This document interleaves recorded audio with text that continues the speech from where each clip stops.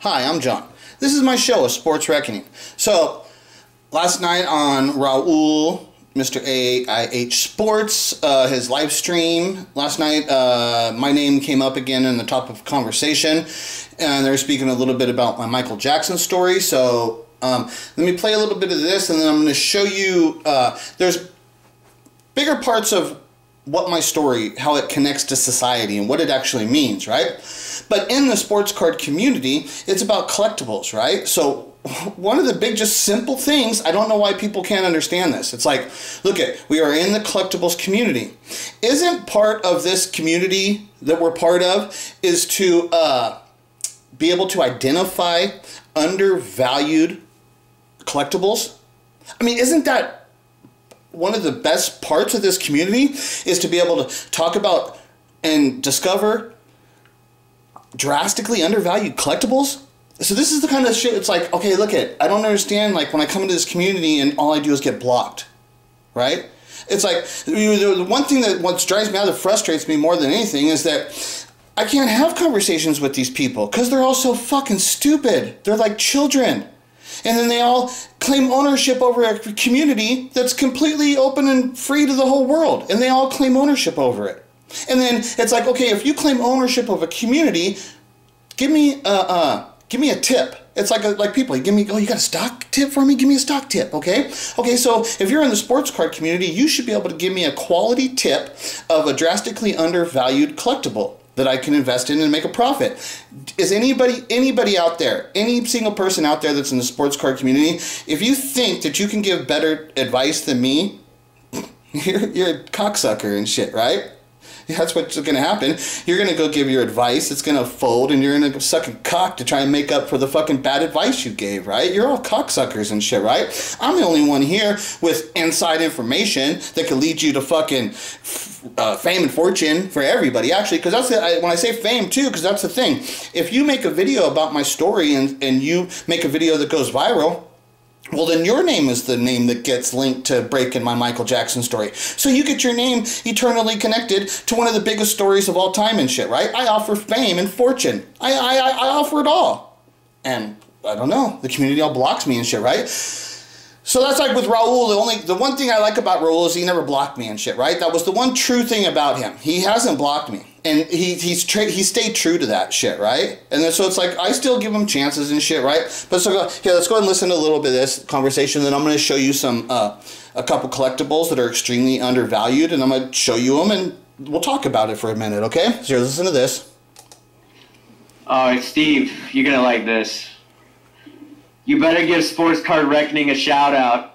John, you are the man. Please continue the excellent work you're doing in your videos covering the hobby. I thoroughly enjoy it, and I respect and appreciate your perspective. And yes, I am a fucking idiot. You have to admit that video was amazing. Dude, he's amazing. He is amazing. Our ancestors God damn it. had power. All right, well, let's click off of that shit. We're done with that video and shit. Fucking, that's the thing too. It's like one of the things is like most people, if you watch my videos, unless because like I use copyrighted materials, right? So then those people are allowed to put commercials on my page and shit and advertisements and stuff, right? So I don't always know what that's like for the viewer, being the viewer. When I think that they just put those little ads, but they don't put like the commercial like that where you got to skip it. I don't think they put those full ads on my videos and stuff. But so, you know, my page, this page is not monetized. My other page, my American Scheme page, is monetized, but I don't ever monetize my videos. I haven't done that. I did some in the beginning just to test it out. I only did it for there was two reasons why I did it, because YouTube sent all the creators a letter and they said, if your page isn't monetized, but you make some kind of viral video, and if we so choose then to monetize your page, we'll monetize your page regardless of what you say. That they sent a letter out saying that, right? And then it's like, okay, well, let me go ahead and test this monetization thing and see if it gives me some kind of access to YouTube putting my videos better in their algorithms and stuff, right? Which I think that there is something, but I don't know the tricks and stuff, and I don't have the time to focus to try and get it all done right, but whatever. So But I don't do all that shit, right? But I don't have commercials on my page and shit, the videos and shit, right? Because all these people, they all got commercials and shit. And that's one of the things I fucking hate. It's like, I'll put a video on, and then maybe sometimes I'll want to just lay down. I'll lay on my bed, and I'll just want to listen to the video. And then I put the goddamn video on, and then a commercial comes on. And sometimes they have commercials that are 30 minutes. I think a lot of these people, like, the people don't understand. Sometimes they put an info commercial comes on, and you'll be there, and next thing you know, you got a commercial running for 30 fucking minutes. They do some weird shit with that, so I hate that. I hate all that monetization shit. But anyways, so getting back to the point of this conversation. So now look at, within the collectibles community, what I say is that I can identify to you collectibles that are undervalued, that are historical, like these are historical collectibles. These have historical significance. These are more than collectibles. These are historical artifacts and shit, right? So, because I say Michael Jackson's real parents are Diana Ross and Smokey Robinson. And so, they're all there at Motown and shit, right? So there's Michael and Diana right next to each other like they always are. But there's like the whole Motown family, because there's Stevie Wonder, and then there's Smokey Robinson. There's what's that guy? Quincy Jones is the guy right there next to him and shit, right? But so that's like all of them, right, too. See, there's like the family and shit, right? Because then if you go over here, there's the Jacksons. The Jacksons are over there. See how the Jacksons, they're over there. Michael's over here with his real mom and shit, right? The people he really cares about. There's his real family. Michael, Diana, and Smokey, right? So all right there. But so this is a We Are the World album, signed only by one person, Michael Jackson. It has only one signature on it. That's Michael Jackson's signature, right? But on this album, with that signature, Michael circled Smokey Robinson. Okay? It's a historical artifact. That at this event, and then on that album, Michael uses his signature and he circles Smokey Robinson with the signature. It's not just a Michael Jackson signature. First of all, it's a Michael Jackson signature on an event that was one of the most historic events of all time. This We Are the World, with the grouping, they were able to accumulate all of these artists, these phenomenal singers, legendary. This room is a serious talent in this room and shit, right? Great song's great too. The performance, the video, everything about it. I mean, it's phenomenal and shit, right? It's a historic event. But so on this historic event, with those people are there, the key players, and then here's Michael signing this album. See, there's more. It's not just a signature. There's more, and that stuff is valuable. Okay, but now, this album right now, the person's asking $5,000 for it, right? So, which would be expensive. I think, I would say Michael Jackson's signature on a We Are the World album, just off of the top of my head, I would say $2,500. It is worth $2,500. I'd say it's worth $2,500. Because I think Michael Jackson signatures go for like $1,000 to $1,500, stuff like that. But if you put it on an album, like that's much more expensive. But it's not like the Thriller album, so it is the We Are the World. But I like the We Are the World. But it's $5,000. I think that's like the top of the market. Like what is it actually worth? But when my story breaks, this is what I want to say. Like even if you paid $5,000 for this. And this is like the people that are in the community. You people, one of the other big things of a skill of what people in the card community have is they have an understanding of values of collectibles. Okay, so think about the reality of the world. So let's say you own this album and my story breaks. Boom. And you're the first one to market with this album at an auction. Because people know is like with the sports cards, when they're first on the market, that's usually generating some of the highest prices, right? Those first people first to the market generates big prices and shit, right? So you could have, there's stuff like that. So boom, you come right to the market with something like this, and people are now all emotionally connected to it, and you put it up for auction. What's the price of something, what might go? What's the price that something like this might go for? Like I said, it's not cheap. The guy's asking $5,000. Okay, but they're asking $5,000. Just think about the reality. This person thinks that this album's worth $5,000, and he doesn't even know that Smokey Robinson is Michael Jackson's actual father and Diana Ross's mother, and he doesn't see what it actually. That's where all the value's at. That's where the real value's at. Okay, so this is like one of these things. What I say, you can buy this right now. This is what I say in the collectibles community. What could you point to me out there, a collectible that has this kind of potential. I don't think there's one person out there that could give you this kind of quality investment advice. I don't think that there's one person out there, which means that I am the best financial advisor in the sports card community. And because of that, they all block me. So you don't think I got it right? So you wonder why I come and yell at all these fucking losers and I call them fake, fraud, loser, morons? Because that's what fucking happens. So now this one is really interesting. I've tried to get Flipping Steve, and I know Flipping Steve has seriously considered purchasing this, but he didn't buy it. He didn't get it. There was a thing in the beginning. See the Beckett authenticity letter there? Originally, this for sale item, on the letter of authenticity, it said number of signatures, and it had the number 5, but it had 6 people's names, right? So there was a little technicality. And I know Flippin' Steve was contacting this guy, telling him, hey, I'm interested in that, but you have a problem on your letter of authenticity. There's a problem with the number of signatures it has there, and that was like a little thing. He wasn't sure, but it was obviously real and shit, right? So then the guy he has a bunch of quality signatures like this of Michael Jackson, but there's nothing like this one. This is the one. And see, the guy that's selling it, he doesn't know.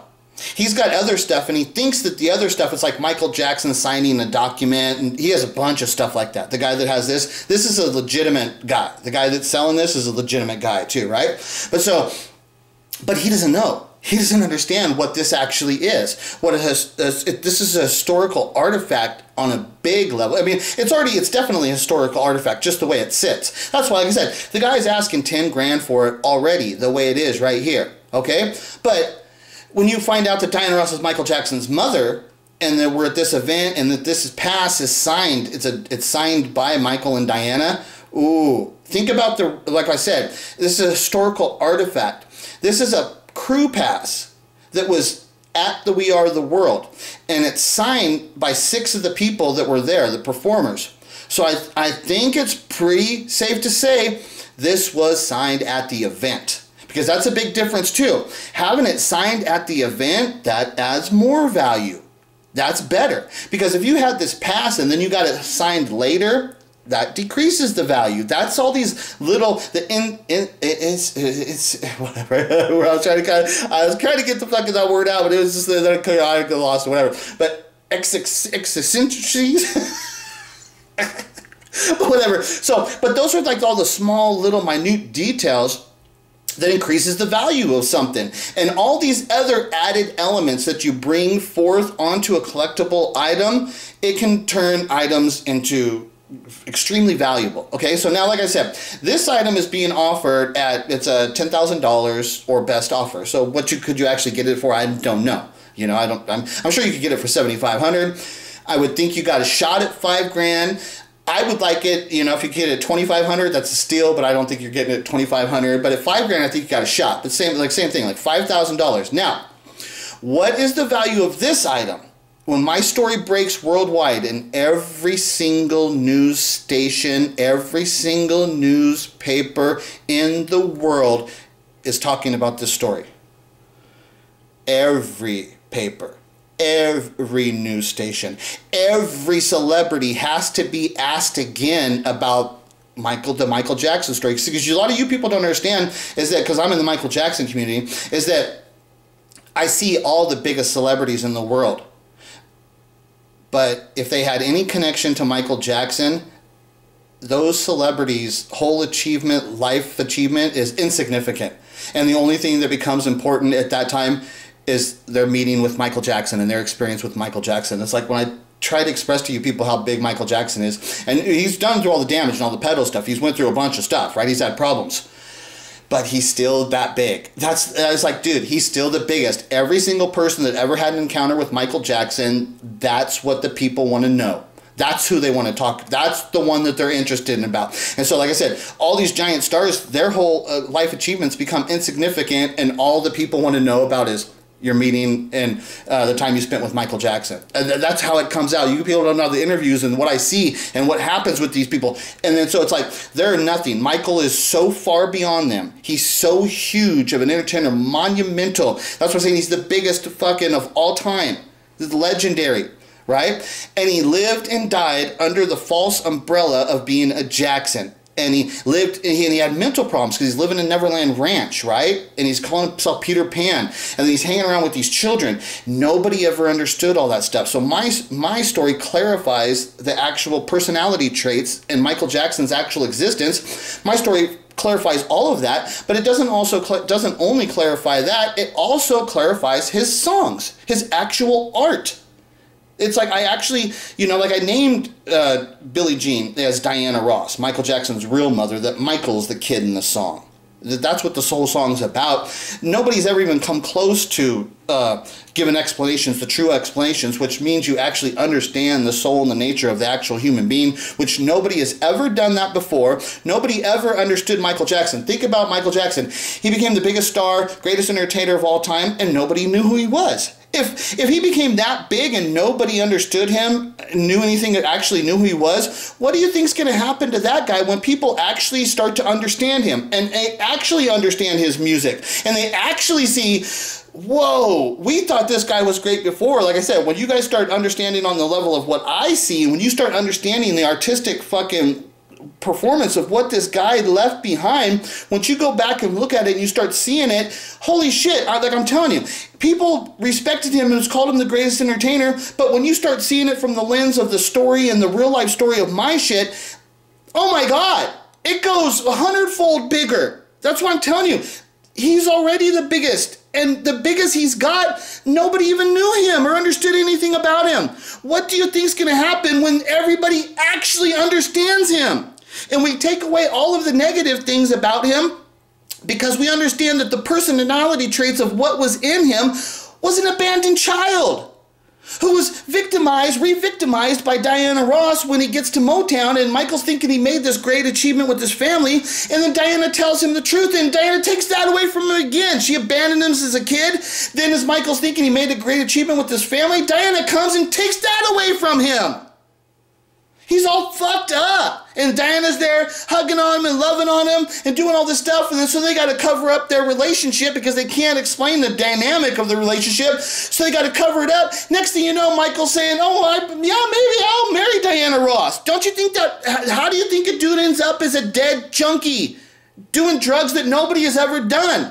Out of his mind, doesn't want to deal with reality because when he's awake, his mind remembers saying that stupid shit and having to live in this world where nobody knows him and everybody's screaming at him saying, we love you, they're the greatest. And he's sitting there the whole time saying, no, you motherfuckers, nobody knows me. Fuck. So I'm saying, you people are dumb as fuck to not understand the significance of an artifact like this. So let me show you a little closer what it actually is. So as you see, it's the USA for Africa crew pass, right? Now on the front it has 3 signatures, and which would be, it's Willie Nelson, Harry Belafonte, and what's the other? Willie Nelson, Harry Belafonte, and Bruce Springsteen. Okay, so gigantic stars. So on the front of the thing, that's what I'm saying. This thing is, so on the front of it, it's signed by Bruce Springsteen, Harry Belafonte, and Willie Nelson. On the back of it, it's signed by Diana Ross, Michael Jackson, and Bob Dylan. I mean, come on. Jesus Christ, that's an artifact, man. That is cool, right? Let me flip it over so you get a better picture of it. I'll get a close-up picture. So that's the front of the pass and the back of the pass. Now, signatures are scratched up a little bit and stuff, but I think that kind of gives it character because it shows it was just a crew pass, and it wasn't like preserved. And so it's one of these things that it lasted throughout history and shit, right? So Diana Ross is on the top, and then it's got a 122. Right under that is Michael Jackson's signature. Then under that is Bob Dylan. So to have a dual, an art, now this is a historical artifact from the We Are the World event. Dual signed by Diana Ross and Michael Jackson. What's that thing worth? What's that thing worth when my story breaks? Okay, like I said, it's being offered right now at $10,000, which even at $10,000, yes, that's very expensive, but that's drastically undervalued to what this thing will be worth when my story breaks. Now, is there anybody out there that can give you this kind of quality investment advice that's guaranteed? This is a lock. There's nobody that can do it. And because I can do this kind of quality investigation, I can groundbreaking, revolutionary work, and I can directly connect it to investable collectibles. I do all of that stuff, and because of that, I'm called all kinds of weird names, and nobody wants to talk to me in the sports card. I mean, can you believe that I was blocked? Like one of the things, like the person that treats me the best is Flippin' Steve, okay? But Flippin' Steve now is on that off-centered with the Sports Card Dad. Okay, well, Sports Card Dad has me blocked. Okay, so how can like that's what I'm saying. How is this, I don't understand how this stuff works. How can Flippin' Steve, who totally supports me on his channel, he's probably said it almost like 100 fucking times now, he's talked about this, right? So Flippin' Steve obviously is interested in this story, and he believes it. And he's invested in cards, he's investing in it. But for some reason, Dustin won't let him talk about it on Off-Centered. Dustin doesn't allow Steve to be... Dustin doesn't respect Steve's opinion? I don't get it. I don't understand. Why can't you have a conversation? Why can't you... Two things. Show one piece of my evidence, talk about it, and ask, is that real evidence? Does that actually show us... Because I can show you one video. Like, one video that's like... All you gotta do is, once you look at it, because what she's talking about can never be explained from the old story. It can't, it makes no sense. It's odd in a way that's weird odd. And so everybody just brushed it aside and moved on with their life. Nobody ever thought about it. But now when you just go back and look at it and say, oh, she's his mother, and now look at what she's saying. Holy shit. Oh my God. And it's like, oh my God, this is so obvious and shit, right? So it's like, I could show you one video, and that's what it's like. Okay, well, show this one video and ask the people, is this actually evidence? Is this showing? And I'm talking about just one thing. It's so powerful that it's like, how can you explain this without understanding that Diana's his mother? That's the only thing, is now you can understand what's going on, because there is no understanding of what she's saying. There's no reason, none. There's no reason, there's no context of what she's saying that should ever exist. And that's even under the umbrella of the Diana Ross presents the Jackson 5, that the Diana Ross presents that she discovered him. So I'm even using that as the whole umbrella, that she discovered him. And even under the context of that, it doesn't make any sense. It doesn't. It's way outlandish. So that's what I say. Why can't they show one piece of my evidence and say, is this evidence? And then show like a collectible like this and say, is this, now if this story is true, is this the kind of collectible that could be extremely valuable? And like, isn't that conversations that should take place in the sports card community? But no, what happens? Every single YouTuber right now is saying, Beckett's got a new fucking slab. Oh, I get it. It is actually important. That is actually important and shit. But is it so important that I need every single fucking sports card YouTuber to tell me about it? Okay, come on. Neo did it. He does shit like that. One video, that's all that was needed to be done. Why do I need every single motherfucker to tell me the same fucking thing over and over and over again? That's like a little niche. That's like a Neo. That's kind of the niche of what Neo would do. I would appreciate Neo if he wants to be that guy, okay. And he did a video on it, okay, fine. That's your little niche. That's Neo's niche. Why is everybody doing it? Why does everybody talk about it like right now? Raul, the AI Sports, that's the video he put up this morning. You know, and Raul's always trying to talk about different things, but doesn't he make the same videos as like Neo and all the other people? He does that same shit too. He does that too. That's part of his shit too. So I don't know. So it's like, if you do that stuff, why can't you do this? Then this is the best. You're going to tell me that the Beckett grading system changing is more valuable of an information, because that's common information. It's an information that you should be exposed to, but is it that big of a deal? Are you going to go out and start buying all these cards now so you could resubmit them so you can go get a fucking BGS 10? It's like, come on, that's all like stupid little shit. It's like stupid little weasel stuff. This is big time. This pass, a dual side, like, dude, I'm telling you, I look around, to get items signed by Michael and Diana. I mean, you got to understand the importance. This is not just an item signed by Michael and Diana. This is an item signed by Michael and Diana at an event at which they were performing together, and it was signed at that location. Those are all the small, minute details that makes things really valuable. This has got it. Like, you can have pictures of Michael and Diana, but who says, and you can have them signed by both of them, but who says it was signed on the same date? And then that's just a photograph and shit, right? It's not an artifact that was at the event. Like, this is the pass from the event. I mean, holy fuck. I mean, that's when I see this shit and I'm like, God damn. I'm like, holy fucking shit, what is this thing worth? Okay, and if they're like, if he's asking $10,000 for it right now, is this thing worth $100,000? Like, you look at these dual autos of some of these cards that come up, and you'll even have these cards, they're sticker autos. And it's, so I mean, that's fake as fuck. It's a sticker auto, and then people are like, dual auto, Jordan and LeBron. And it's like, they're sticker autos. And they're still asking 50 grand for the card. If there's ever any world of which some kind of card like that could be worth 50 grand, then this is worth $1 million fucking dollars. I mean, come on. What's this fucking thing worth? And I found it for you. I've explained to you why it's so fucking important and shit. And like I'm telling you, you can't find Michael and Diana dual signed artifacts like this. This one is different.